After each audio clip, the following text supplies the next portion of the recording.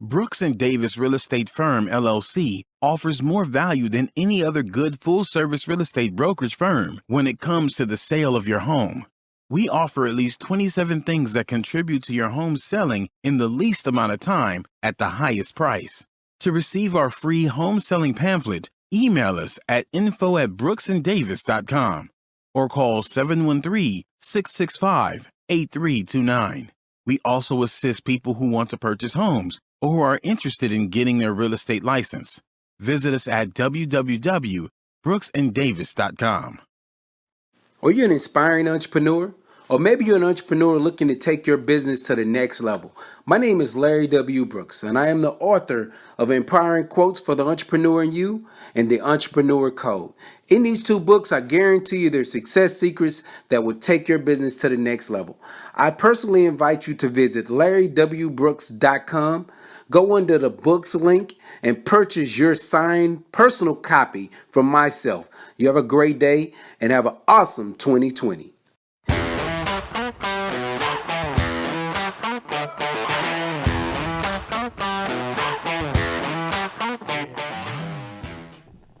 Happy Thursday. Welcome to the Prime Real Estate Network podcast. I'm your host, Ric Davis. If you don't follow me on social media, I urge you to do so at Prime Real Estate Ric. If you're looking to buy, sell, invest in residential or commercial real estate anywhere in the great state of Texas, but especially here in our lovely city of Houston, please visit our website at brooksanddavis.com. As always, it's an honor and a pleasure to sit in here with you this week for the Prime Real Estate Network podcast. My co-host is not only a Texas real estate broker, he's a multi-time author, serial entrepreneur, the proud proprietor of the Pure Hustle clothing brand, holding it down here on this special occasion. Well. Yeah. My co-host, the Texas real estate king, Mr. Larry W. Brooks. What's going down, brother? Man, I can't complain, Rick. Everything is all good. Everything good, lovely, brother. Yeah, man. I need to address something. I hadn't really put it out there, but Word. So for those that have been reaching out to me, I am feeling good. I am in good shape. On Tuesday, I had a meeting in Humble, and on my way back from the meeting in Humble, my front tires of my car caught water and shot me into the wall, and did a rollover. Landed on the top, man. So I was blessed enough to just walk away with a little bit of muscle soreness, but somebody was looking out for me. My grandma was looking out for me. Hey, man, you know these blessings, man, sometimes you have to stay vigilant in your belief. You try to stay positive. Yeah. Because you always want those protections from your friends, family, all those prayer warriors that's looking out for you, Indeed. myself, and everybody that we care about. So Indeed. I'm definitely glad, man, you was able to make it out of there. Indeed. Yeah, I mean, just with a couple bumps and bruises and no scratches. Just a few. So for all the people that stopped by just to I had couples that stopped by just to hug me and tell me how blessed I was at the moment. For the gentleman that stopped by that, allowed me to have refuge in his automobile while it was raining, going through that process, I appreciate you. But I'm in good spirits, man. Hey, I'm rocking and rolling here. Hey, man, today's episode, man, because considering what you've been through this week, man, hey, we could all excuse you if you weren't able to make it to sit in with us this week, considering.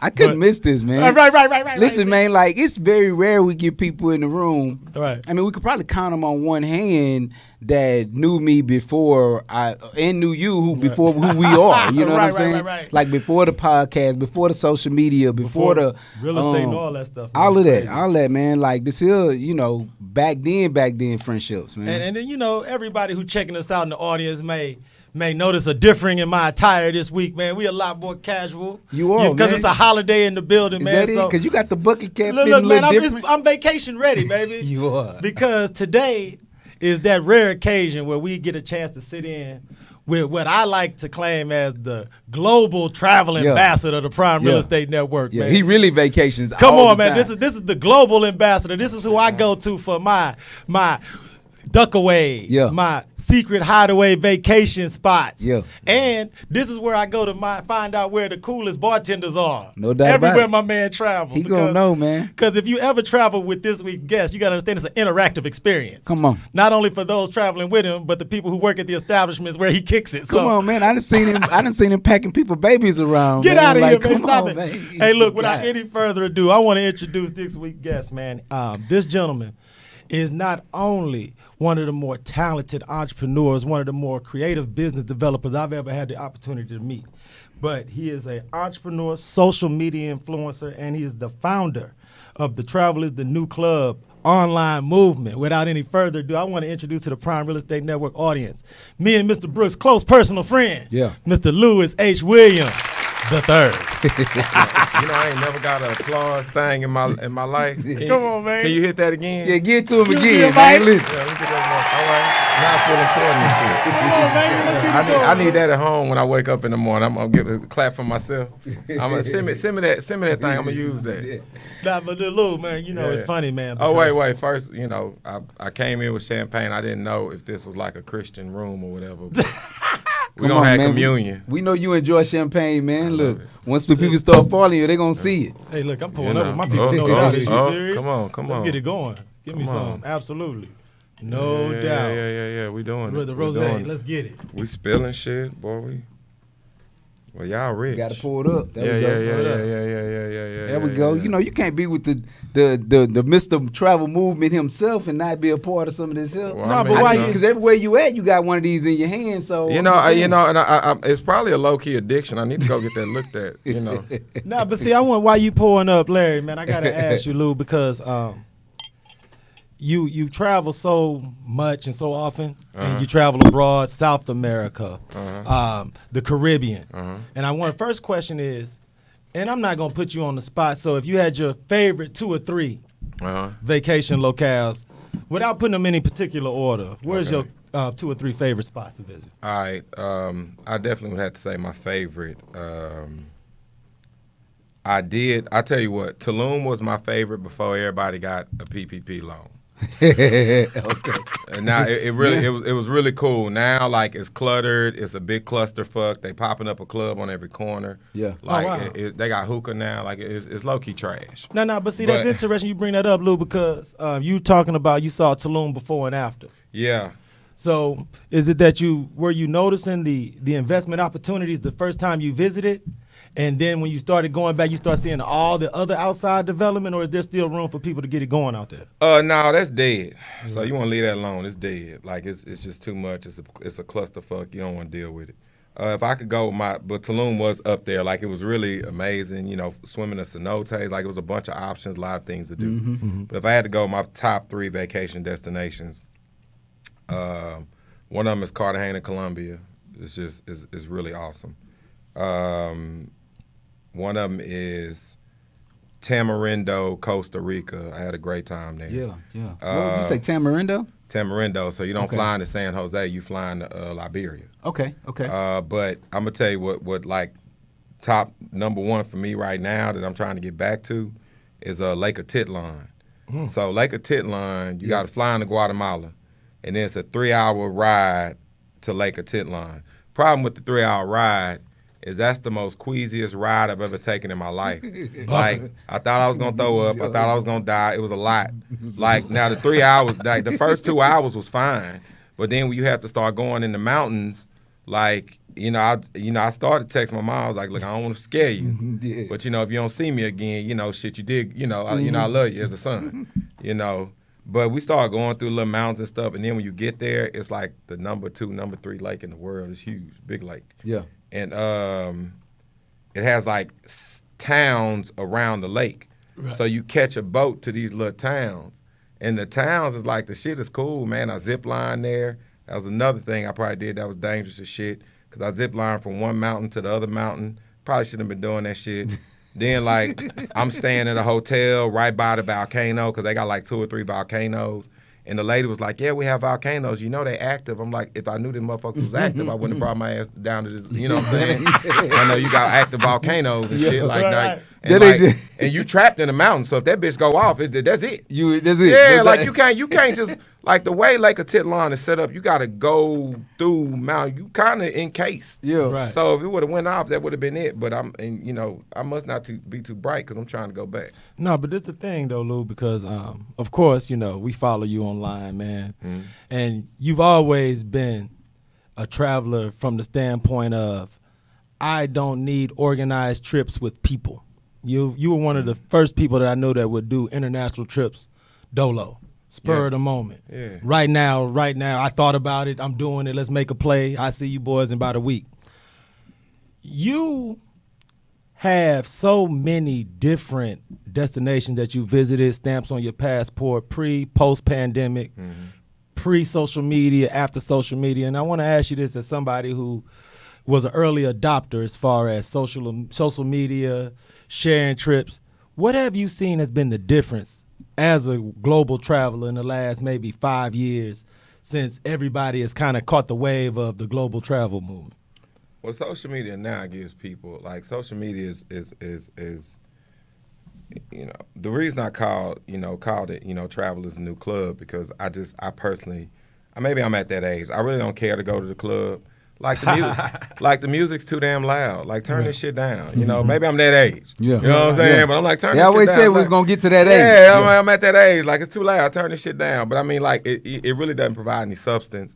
If I'm going to drink anyway, I might as well drink, you know, in another country. And if you actually do the numbers, it really costs, you know, a lot of times people don't do the numbers. Like, if you go to Miami or go to Vegas, you can go pretty much anywhere in the world with the same money you spent. Right. Like, Miami drinks is $22. So when I hear people saying I'm going to Miami, I'm like, you know, it's a 30-minute flight to go to the Bahamas. You might as well just go to the Bahamas. Because, like, you end up, it doesn't do anything for you. You know, you're in a tourist trap, it's trash. Like, I wouldn't deal with it. But I think what it does is created more people wanting to travel, because more people just don't really care for a club. Like, if you notice now, it's really about the day party vibe. Like, ain't nobody really trying to do no nighttime nothing. Let's keep it real. So the club was on its way out anyway. Like, if you do go to the club at night, it's really, really hood. You know, whereas when we went, you know, it wasn't as ghetto. Right. Now, like, shit, you might get shot in any of these clubs. Yep. So I think people are just looking for what's new to do. I also think people do like the stunt that, you know, that's going to always be in them. So if I can show, you know, I'm in this country and that country, and my mama who, you know, is asking to go to, my sister told me she's trying to go to Bali and Dubai. I'm like, you know, I know people who ain't took their mama to, you know, Dallas. Like, well, your price kind of high, sis. You know, but I mean, it's just one of those things where people just want to experience more, and social media has showed that. So people are trying to execute on it. And, you know, and I appreciate your transparency, because there's so many layers of Lewis H. Williams III as an entrepreneur and business person that people on the outside or people that follow you on social media will never get the opportunity or the privilege to pick your brain about. So I want to make sure I ask you this question while we have you here for this short amount of time this week. As a entrepreneur and a business person, and I know we travel, we enjoy, we need downtime, we need to recharge our battery, but as someone like yourself, anytime you step feet on the soil in a new country, what are some of the things you look out for as somebody who definitely is here to enjoy yourself and socialize, but always keeping your business mind on the forefront? So one thing you want to do before any destination, you know, we all have smart TVs. So what you want to do is you want to go to YouTube, you want to type in where you're going or where you're thinking about going, and then just hit play. And it's going to show you everybody who ever talked about that city or that country. That's the first thing you want to do. When I first get there, I look at, you know, because if I take a group to travel with me, you know, they lit. like literally they lit. So I want to make sure, and I don't sugarcoat it. Right. Like, if I go up to, like, I'm going to set up a trip to Tamarindo, and I'm going to go to Beach Club. I'm like, look, we're going to do this, we're going to do this, we're going to do this. You know, I don't even lie to the Airbnb people. I'm like, you know, oh, you can't have parties. Look, how much more do I need to give you to have this many people up in here? Because we, like, it's what we going to do. Yeah. You know what I'm saying? We ain't like, worry about dealing with nobody. we don't even have to popping deal up. with it. Like, how you know, what do I need to do? So I make sure, like, we could have fun with no restrictions. You know, I make sure that there's opportunity to do enough things in that country. See, a lot of times, certain people want to go places because it's pretty, but it's nothing to do. Like, everybody's trying to go to Greece, but you just there for the photo. Greece ain't popping. Greece ain't popping. Yeah, like, nothing to do in Greece. Like, why are you going to Greece? Word up. And then if you look at, like, Maldives and Tahiti, like, you ain't see nobody doing nothing but staying in the hut on the water. Not saying I don't want to go, but you ain't doing shit out here, and it's overpriced. You know what I'm saying? So you want to make sure you take people where, you know, you definitely, you know, you want to make it cost effective for them. And you want to make sure that they can maximize their dollar and maximize their experience and maximize their fun. No, but see, now this is something that's I think is so trill about the way you move online, especially with your travel imprint and everything that you're doing, is that you don't necessarily promote the fact that you take groups on trips with you. Because I know for the longest, it would just be you and your backpack, you and one other soldier that was down to go overseas on 2 days' notice. That was, you know what I mean? Which wasn't many. Right, because Wasn't I know many. you've always kept an open door that, like, look, I can't tell you 6 months ahead of time where I'm moving, but hey, I'm banging it out this weekend. If you want to make a play, let's do it. Yep. When did you decide, or what was it that you were seeing from a travel perspective that made you feel as if it was your duty, or at least something that motivated you to want to involve other people in your travel plans? Because I know there's a certain level of organization that goes into it. It is. And I know there's a certain level of responsibility that you feel for not only people's safety, but for them having a good time. So what did you see in that travel market that even motivated you to get involved in that way? So about 12 years ago, I quit my job. I was working in the cubicle. I was making 6 figures. They started trying to systematically, control me. So I quit. I took a piss in the cubicle. That's the running story. Wait. Now, we won't deny or confirm, Yeah. but that is the rumor in the streets, is what you're telling me. No, it's facts. I took a piss in the cubicle. He was done.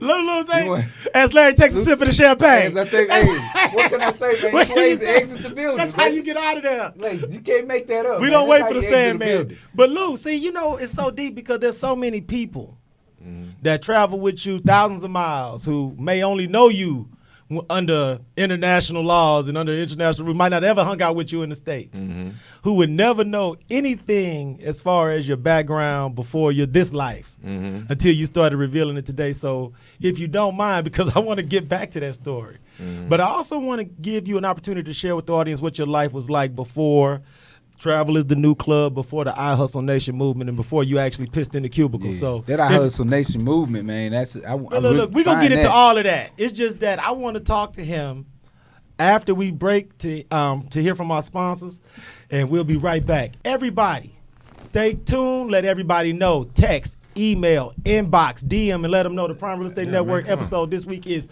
live and on fire. We'll be right back after we hear from our sponsors, and stay tuned. I'm serial entrepreneur Larry W. Brooks, and I'd like to personally invite you to take a closer look at the Pure Hustle clothing brand, along with several books that I've authored to take entrepreneurs, small business owners to the next level of their business. So please take a look at shoplwb.com. How do you survive? Rent to own is not a myth. Turn your rental payment into a down payment with Divvy Homes and the Prime Real Estate Network. All you need to qualify is a 550 minimum FICO score and $40,000 in annual income. If you've worked your current job for at least the last 6 months and you can prove that you have $2,000 in the bank, your dream of home ownership can become a reality. Please direct message, call, or email the Prime Real Estate Network today and learn more about this exciting new program. Welcome back to the Prime Real Estate Network podcast. I'm your host, Rick Davis. Follow me on Instagram and Facebook at Prime Real Estate Rick. Go to our website at brooksanddavis.com if you're looking to buy, sell, or invest in residential or commercial real estate. As always, my co-host is not only a Texas real estate broker, but a serial entrepreneur and a multi-time author. Mr. Larry W. Brooks, the Texas Real Estate King, still riding with us as always. Hey man, come on. We got family in the building today, man. Enjoying it, man. We're here. I always these type of moments I always find great because it was before all of the greatness, huh, Rick? It was, Already. 20, it was 20 years. I wasn't even 21 when I met y'all. Yeah, young Chipper. I wasn't Right. even 21, Yeah, because man. he had to grow into the name Lewis, man. I Yeah, still right, call right. him Young Chipper. Even when I bump into him I at a wasn't day even- party, yeah. He's Young Chipper I'm to me, 40 man. now. I wasn't even 21. Yeah, And and I don't know how to look at him and not call him Young Chipper because he was always we gonna give the homie his roses while he here, man. Yeah, we gonna let yeah. him tell his own stories. Yeah. But we want to introduce this week our guest, man. He is the founder of Travel is the New Club online. He is also the founder of the I Hustle Nation online movement. Mr. Lewis H. Williams III. How you doing, brother? Man, I'm here, man. This I should have brought more champagne. No, We because really could have ran an hour on this. Really on the cool. We could have ran an hour on this, Easy man. real I talk. should have brought more champagne. What I should have And did. this is- I messed up. And this is what it is because before I break, you talked a little bit about how you broke away from the corporate grind. And every week, Larry and I always ask the entrepreneurs and successful business people that sit in that chair, what was that tipping point, though? What motivated you to get off the sideline and jump into the game that day you decided to piss in the cubicle? So I made a decision. They started doing their systematic stuff, and like my mom was in my ear too. She told me, she was like, once management got their eye on you, they're gonna try to do what they can to to break you. Yeah, they didn't want me gone because I was number one. They wanted me broken to where I'm gonna do, I'm gonna fall in line, and I wasn't falling in line with nothing they was doing. But I think the point for me was, okay, if I quit my job, shit hit the fan, I'm gonna end up on my dad's sofa. So for me, I was like, when my dad's sofa starts looking better than this job, keep in mind I'm making six figures.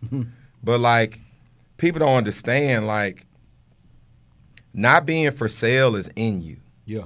You know what I'm saying? Come on now. Like, I don't care how much money you have, you're not gonna own Lewis. Yeah. You know what I'm saying? So not being for sale is in you. So when I left, they really called me. They was like, you are stupid. You are making this much money. And like, I still got my W-2, I was. But like, I'm not for sale. So everybody who was there was for sale, but I'm not sitting in here no more. So it just, it was just a lot going on.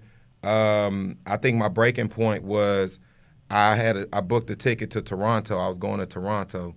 And I told my manager, I already put in the leave and stuff.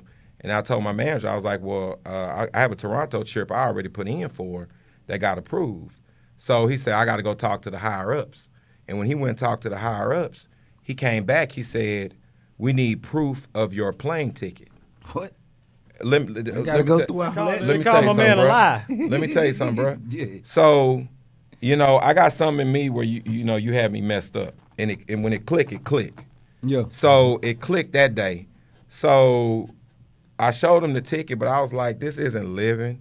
And I see people around me. I'm not knocking people with jobs, but I just don't think it's okay that I can't live until you give me permission to live. You know what I'm saying? But see, now this is the thing though, because I want to make sure we paint an accurate picture for everybody in the audience. Now, you just mentioned that you worked in the corporate job, that you was making six figures, but I think you undersold what it was that you were doing from a professional standpoint, because one of the things that Larry and I have always been impressed with when it comes to you is that you've always been a forward thinker.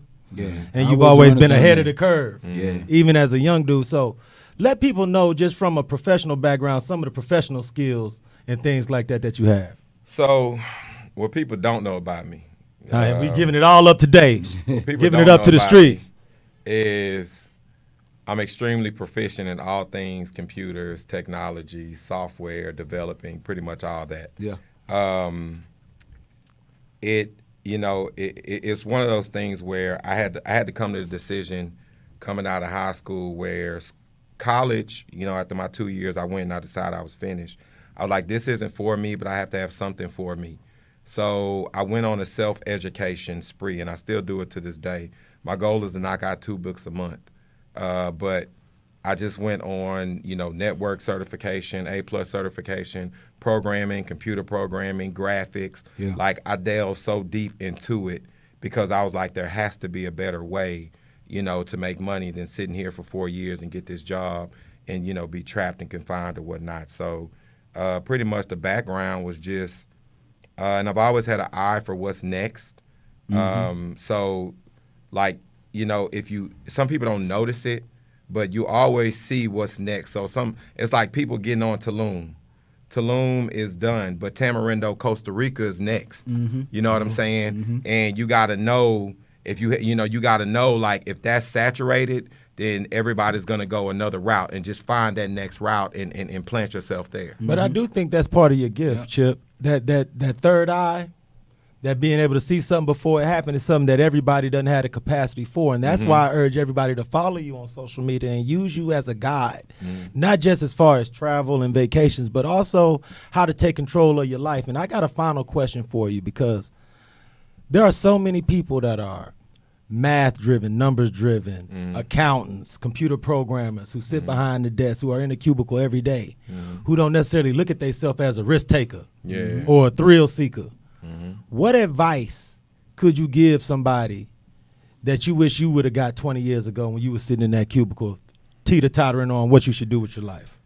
So somebody, people make the statement that everybody's not a business person. That's actually a lie.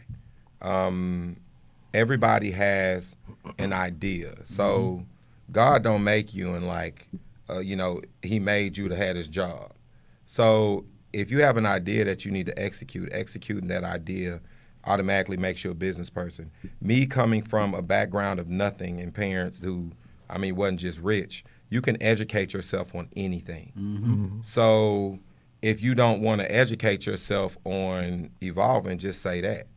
Don't say you ain't a business person, because it's 1,000 business books you can read that'll make you, and you say you're not a business person because you're not educated on it. That's right. So everybody has a job. Y'all are realtors. The man back here does, the whole setup here. It's easy to him. Being a realtor is easy to y'all. Being a traveler is easy to me. But none of this was degreed.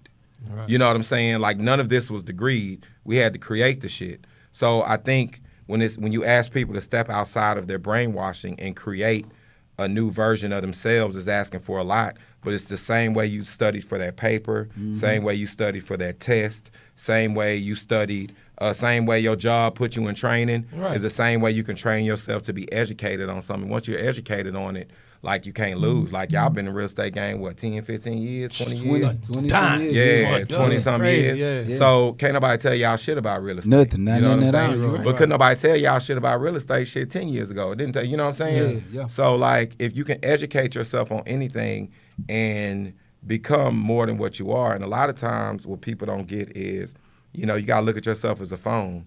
As long as your phones is updating, as long as cars is updating, as long as everything's updating around you, whether you want to acknowledge it or not, you got to update. So if you're running on an old operating system, when that job go bad, you don't know what you to out do. of there. Yeah. Come on, You man. know what Stop, I'm saying? man. You don't know what to do. You keeping it So my job didn't go bad on me. I went bad on it, but I already I was like, okay, so I got to become a whole nother me. Yeah. And that shit is uncomfortable to send you through anxiety attacks. Like, not anxiety attacks, but your anxiety be high. Yeah. Like, it messes you up when it's like, okay, I've been this person so long, now I got to be this person. And then the people around you don't even respect your growth, so you end up running back to the old you.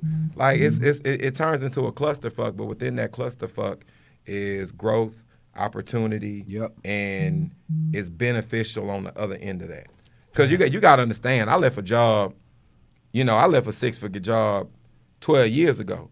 They was like, you dumb. Mm-hmm. So I started thinking, am I dumb? Yeah, like, I was like, am I dumb? I was like, you know what, dumb or not, I'm not sitting in this motherfucker. No doubt. You They got can't tired beat of it. Sorry, I know you can't cuss on here, but, like, I'm not sitting in here no more. And look, man, don't even worry about it, Lou. We'll put the explicit. The bleeper, No, we ain't bleeping nothing. Yeah. Hey, look, on Spotify this week, this will be the one episode with the little E next to it. Yeah. With the little E next Well, to it. just do the bleep. I want it to be fair. You want some bleep too? We'll figure some yeah, bleep just out. do the little bleep. You know what I'm saying? But You check know. this out, Lou, man. I appreciate you so much, man, because I know how it is. Thursday can be a big day, especially as far as travel, getting out of town. So I want to thank you so much for carving some time out your schedule. Man, I appreciate y'all for having me, man. This was a good time. Nah, but check this out, though, because what's the next trip you got planned? And how can people get down with you if they want to rock out with you the next time Lou get out of here? So I would say follow my personal Instagram at iHustleNation. That's at IHUSTLENATION. Follow my travel movement at Travel is the New Club. That pretty much explains itself. But my next trip Sunday, I'm going to meet my uncle in Puerto Plata, Dominican. So what people don't know is I have a 70-year-old uncle who travels a lot, bro. he You be always everywhere. talking about And this. let me tell you something. Like, people like, you with your 70-year-old uncle? I'm like, listen, this man gonna get up. Once he put them shoes on, fam, you gonna hit every corner. He getting it going. Hey, listen, bro, he a fast walker.